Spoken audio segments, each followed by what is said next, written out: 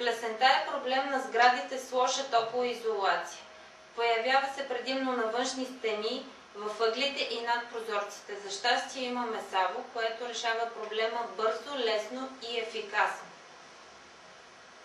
Ето тук имаме такава плесен. Сега ще видите нейната ликвидация. Тук трябва да напръскаме няколко пъти. Ще видим какъв е резултата след едно пръскане.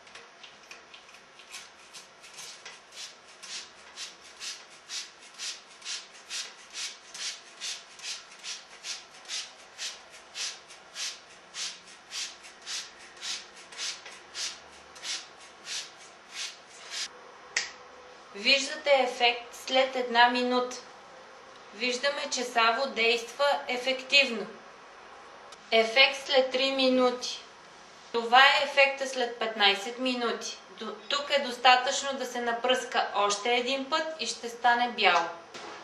Тук виждаме резултат след 2 пръскания. Тук имаме лека форма на плесен. Ще ви покажа веднага как реагира Саво.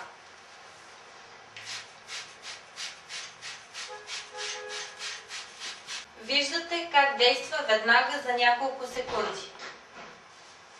Още Саво не е изсъхнало, а има пълен ефект.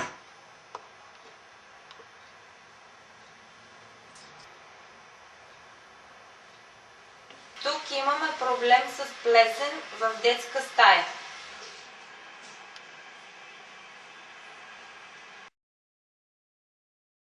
Обръщам ви внимание, че тук може да се регулира за широко пръскане и за далечно пръскане. В този случай ще пръскаме надалеч. Виждате ефект на пръскане.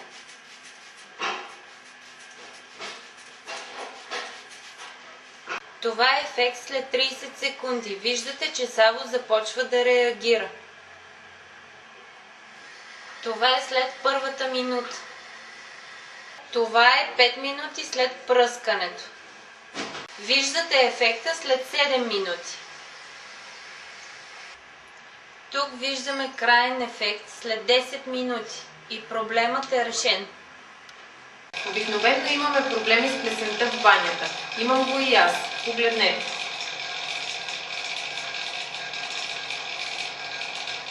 Бързо решение за това е Саво. Ще напръскаме и след малко ще видите ефекта. Това е след 30 секунди. Виждате как Саво започва да действа. Виждаме ефекта след 2 минути. Напръскахме тук преди 5 минути. Виждате резултата.